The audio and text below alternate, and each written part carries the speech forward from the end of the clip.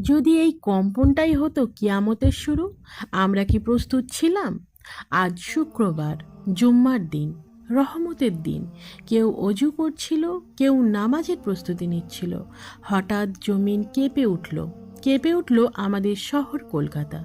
মানুষ দৌড়ে রাস্তায়, কারো ঠোঁটে শাহাদত, কারোর চোখে ভয়, কারোর মুখে শুধু ইয়া আল্লাহ। মনে পড়ে যায় কোরআনের সেই সতর্কবাণী, যখন পৃথিবী তার প্রচণ্ড কম্পনে কেঁপে উঠবে এবং পৃথিবী তার বোঝা বের করে দেবে। সূরা আজ-জালজালাহ এই কয়েক সেকেন্ডে আমাদের দেখিয়ে দিল আমরা কতটা দুর্বল। আমরা ভাবি সব কিছুই আমাদের নিয়ন্ত্রণে, কিন্তু একটা কম্পনই বুঝিয়ে দিল নিয়ন্ত্রণ কেবল আল্লাহর হাতে। এই ভূমিকম্পের কেন্দ্র ছিল বাংলাদেশের। তার কম্পন পৌঁছে গেল ওয়েস্ট বেঙ্গলের বিভিন্ন প্রান্তে। কিন্তু আসল প্রশ্নটা অন্য। যদি আজই শেষ দিন হতো, যদি এই কম্পনের পরেই সব থেমে যেত, আমাদের আমলনামা কি প্রস্তুত ছিল?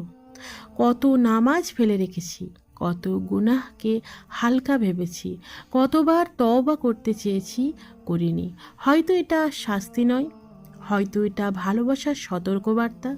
ফিরে আসো আমার বান্দা। আজকের এই কম্পন শুধু মাটি কাঁপায়নি, অনেক হৃদয়ও কাঁপিয়ে দিয়েছে।